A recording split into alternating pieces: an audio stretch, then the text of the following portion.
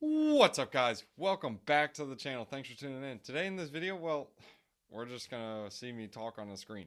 If you guys don't want to see me talk on the screen, y'all know what to do. Go to the next one. But this is gonna be a short video. I want to talk about Cosmos, why I'm so bullish on it, and why is it different from Polkadot? Why is it different from Ethereum? Why is it different from a DAG or something like IOTA or Constellation? Or why is it something different than a Cardano or a Binance chain, etc.? We're going to explain all that and more, like why Cosmos has infinite scalability and is changing the game in anything DeFi, NFTs, you name it. So, first off, let's break down this. What is Ethereum? Well, if you don't know what Ethereum is, it's a smart contract platform. It's got about 14 TPS. It's nothing crazy. It's pretty slow, but I'm sure you see that with the gas fees. Gas fees are very high as well, but it is very, I guess you can say the team and people behind it are just crazy, crazy smart. Like they're building all kinds of junk over there. They got a lot of very smart devs over there. That's where most of the people come from in Ethereum. That's where most of the innovation is coming from. If you look at Binance Smart Chain, they always fork everything on Ethereum. Or even people, whenever they compare something, what do? Oh yeah, it's like Ethereum. Or oh yeah, it's like Aave on Ethereum. Or oh yeah, it's like synthetics on Ethereum. Because Ethereum was where all the original innovation came from. I'm not harping or saying Ethereum is horrible. I love Ethereum. Ethereum is my biggest holding. It's my favorite project, like by far. But there are some issues with it, and that's what I see Cosmos is solving. But in my opinion, Ethereum is still going to be on top. But I see Cosmos creating a bridge in order to interoperate with Ethereum. So let's go back and talk about what Ethereum is. So Ethereum allows you to create your own projects. So before you have dumb money, which is Bitcoin, you have to send it to someone else, or AKA you just have money. You have to start the transaction, you have to make the contract, or AKA initiate the transaction to send it to that person. However, with a smart contract, you can say, hey, as soon as this and this parameter is met, this amount of funds will be sent over to this person. Or you can even say, hey, if this person does half the parameters, he gets half the money. It's up to you, whatever you want to do. That's what a smart contract platform is, and that's what Ethereum created.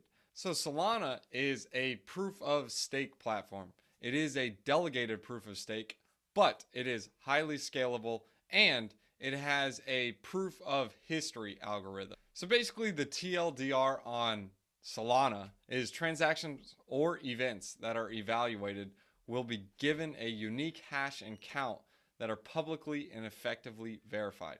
So Solana has on their transactions, those transactions are given a specific hash and they're giving a proof of history on the blockchain. That's how they're able to replicate the actual blockchain. So if you guys don't know how blockchain works, but basically what you need to know is the whole entire chain, all the transactions are stored on that chain. Now you guys are already seeing a major concern there, because if you store a bunch of data on a chain, eventually that chain will be so huge. What do? What some chains will do is like pruning and whatnot, but we're not going to talk about that in this conversation. We're just kind of giving you guys a TLDR how Cosmos is separating itself from others. So now the issue that I see with Solana is, yes, you can have a bunch of transactions on there, but just like Ethereum, Ethereum sees a bunch of gas fees, and that's a problem because who wants to send $1 to someone and pay like $10 to do it? Or I'm sorry, that's when it's cheap. Sometimes on a Uniswap transaction, up to like $200-300. It's crazy.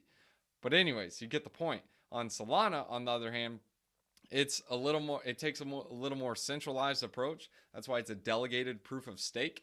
But the problem I see with Solana in the future is you're having so many blockchains running on it. Now more and more transactions are coming through. It can only handle so much. I know it has a lot of throughput, but eventually, over time, eventually, you will not be able to take it. It's just going to be too much. So here comes Polkadot. Polkadot is like, hey, look, we're going to have our own interoperability chain. We're going to have multiple chains. We can do all this stuff. We can do all that junk. It's going to basically have high throughput, lower transactions, and all these other chains are going to be able to communicate with each other. But the problem I see with Polkadot is it's like a mall. If you go into a mall, you have as many, not as many stores, but there's a limited amount of stores. But all those stores are in there. There's several different stores. You have to rent them out. You rent the store, and whenever that mall closes, your chain closes. Or AKA, if that chain says, hey, we got to make this upgrade or we're doing this one thing, your store is going to be affected by the decisions of the mall. Now, this is where Cosmos differentiates itself from Polkadot. So Polkadot, yes, they can all interoperate with each other, but they have to follow the rules of Polkadot's main chain. Little separate parachains, or AKA the stores, those are rented out by different users. Now here's one of the first problems I see with Polkadot is there's a limited amount of parachains that can be rented out. Why is that a problem? Well, if there's more and more innovation being made, eventually there's going to be more projects than can fit on the chain. So yes, you have to rent out the spots. So what's going to happen to all the other projects that are on there? Someone's like, oh man, I love this project. I don't want it to go away. But eventually over time, it'll go away, or it will have to go away if there's another project that beats it out, because it'll be able to rent the chain and pay more for it. Or even a whale comes along and he's like, hey, look, I'll put your project up there. Just make sure you give me a huge allocation of your tokens, and I'll make sure your project gets there by delegating a bunch of DOT to you. So, I mean, there's different things involved that can happen like that. So you can relate to Polkadot as like a mall. It follows the rules. There's a set amount of stores. There's a limited amount in there, and you just got to follow the rules of the actual mall. Now, here's where Cosmos comes into play. Cosmos is like just a street. You have all kinds of shops and centers. They pop up any and everywhere they want. One can open at 2 a.m., one can close at 2. It doesn't matter. They do whatever they want. They have their own rules. The street is always open. Cosmos is basically the street. It allows people to, hey, you've launched your token over there? Great. You launch your token over there? Great. You can transfer it on another blockchain that's on IBC, or another hub, or yeah, they call them hubs on Cosmos. So now you're like, okay, well, that's great and all, but why is that infinitely scalable? Check this out. So now you got all these multiple chains. They're all processing and securing their own network and processing their own transactions. So all the stuff that's happening on their chain is not happening on the main Cosmos chain. So it is basically doing what it does best and does it well. It's making sure the network is secure and making sure those roads are clean. Now all these guys, you got Terra Luna over here, they're doing their junk. Make sure they make good DeFi. They can do NFTs. They can do their own junk. They have fun. It's your little own hub. It's your little own world. Do your stuff. And then you got Osmosis over here. They're doing everything DeFi, everything DEXs. They're just killing it. They're banging it out. Great. You do your stuff. Just make sure you keep your transactions over there. Don't bother my main road unless you need to like transact to another chain. I'm going to do what I do best and do it well. Now you got Thorchain. Thorchain, native Bitcoin, native tokens, native Litecoin, native, obviously, Ethereum. But still, it's doing its own junk, doing its own thing. Its transactions are on there. It's staying over there. It's not clogging up the chain. It's not congesting it. This is just for the main transactions, boys. If you want to send it over, you do your junk. But we're going to secure the chain over here. You keep your DeFi over there, your NFTs over there, your meme coins over there, and cross-chain swaps, native tokens over there. Have fun, but don't bug us. Make sure we stay on the straight and narrow path. That is what Cosmos is doing. Now that's why it's infinitely scalable. Is because you got more and more DeFi chains just launching and going up. And why is that important? Well, because they have their own chains, they process their own transactions, and it doesn't stay on the main chain. Now that's why Ethereum is having so much hassle as they launch a NFT and the gas fees are redonkulous, man. Gas fees are like, I don't know. I saw one time it was like 2,000 Gwei. It was crazy. And then I know a lot of you guys are like, Polygon. Polygon's the way. Okay, well, Polygon is just a side chain. It is not very decentralized at all, nor is Binance Smart Chain. Basically, who owns most, or there's about 4 or 5 people that have the admin keys on Matic. What that means is there's 5 people or 4 people that can decide what happens with all those funds on there. If they all are just like, okay, man, we're done. We just need all our money back, or we just want to shut this down. They can just halt the blockchain. All that money on there is frozen, and they have it because they're on the bridge. That's something to keep in mind. But yeah, Matic is fast. Matic is great, but it's not as secure. And then, of course, I know you guys are asking yourself, okay, well, we could just make a bunch of polygons. We can do a polygon. We can have a layer 2, something like Scale Network, or we can have Optimism and all kinds of different layer 2s. But here's the problem with other layer 2 and non-layer 1 solutions. The problem is that you have to go through that bridge.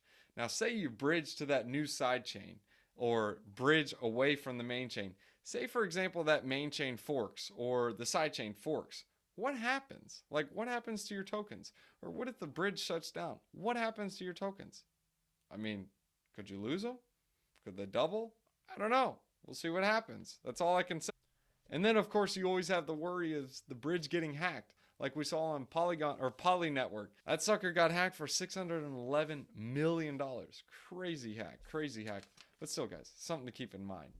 And I know it didn't really give an example of Solana, but Solana's example is like this. It's a highway. It's got a road. It's got a couple roads. And as soon as it needs some more scaling or needs a better scaling solution, it just builds another road, aka another shard. But the problem with that is the highway can only get so big. That's why Cosmos, in my opinion, is the solution, because it takes it off the main chain and has their own little hubs and has their own little projects doing their own thing, and they don't have to follow the rules of the main chain, so they can still somewhat be a independent. And then, of course, the last one is you have DAGs. DAGs are a interesting subject. They are still in development. They're trying to figure out how to be able to have the whole chain on consensus. A good example is, one is Constellation. I really like Constellation. That's an interesting one. But another one is IOTA. So basically, how the chains are going to work is when one transaction goes through, that transaction that was just verified verifies another transaction for that user. So like, say, for example, I'm a fresh user. I've never used, let's say, a DAG, or I've never made a transaction on this chain. And Johnny Jeff, he's made 10 transactions with 10 different people. Good for you, Johnny Jeff. I've never made one. So as soon as I make a transaction with him, now that I'm verified on the, I wouldn't say verified on the chain, but now I'm on the chain and I'm part of the node. So it's a DAG. It's basically like a virus. My body or my virus gets on someone else. Now they're connected or have the same disease as I do, and then they spread, and then they give it to whoever they get in contact with, and now they all have the viruses. That's kind of how it works. So what DAG, the acronym, means is directed acyclic graph.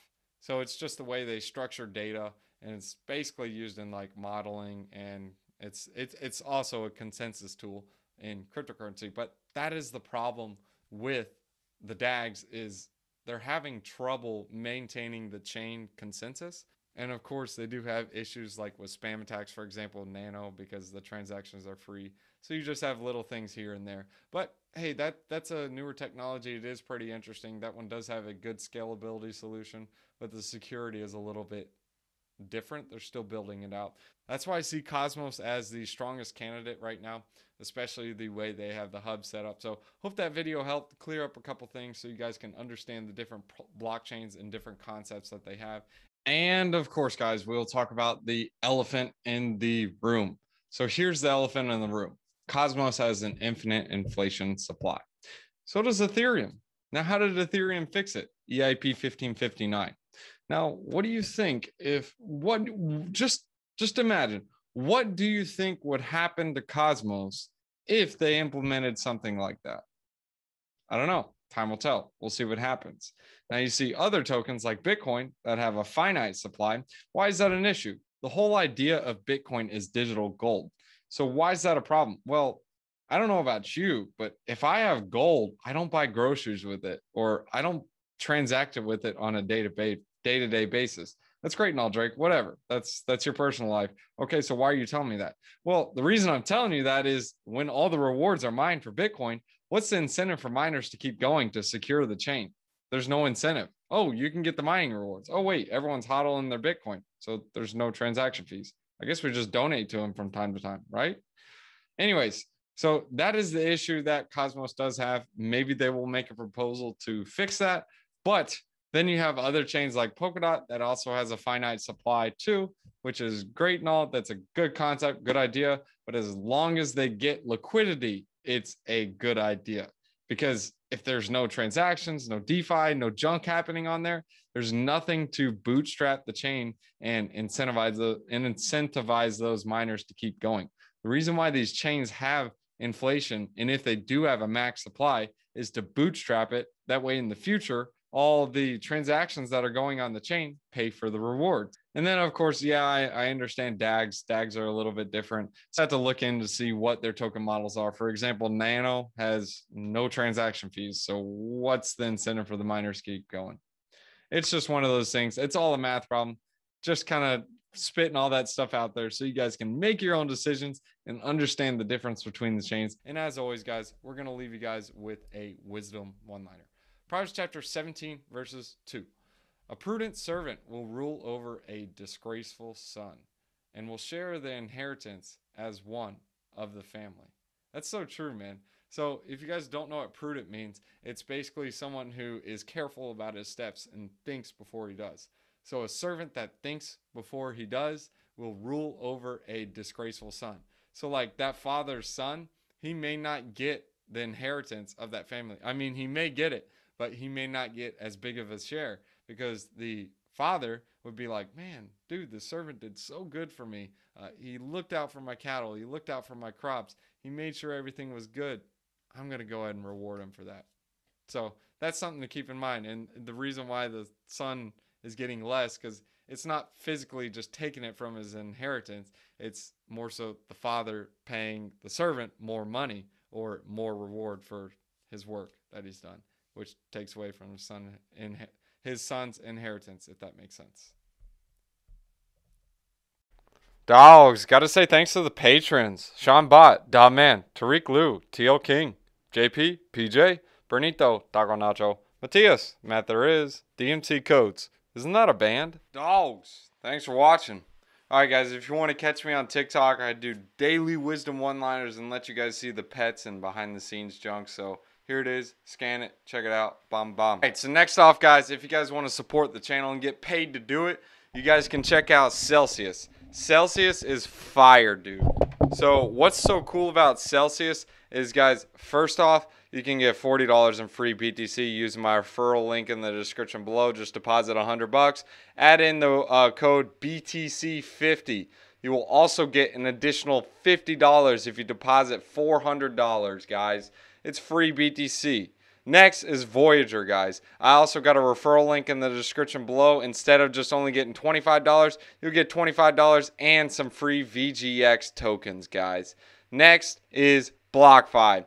BlockFi is part of the quadruple threat. Go ahead and make a deposit. Use this referral link in the description below. You get $100. Depending on how much you deposit, you can get all the way up to, guess how much? $250.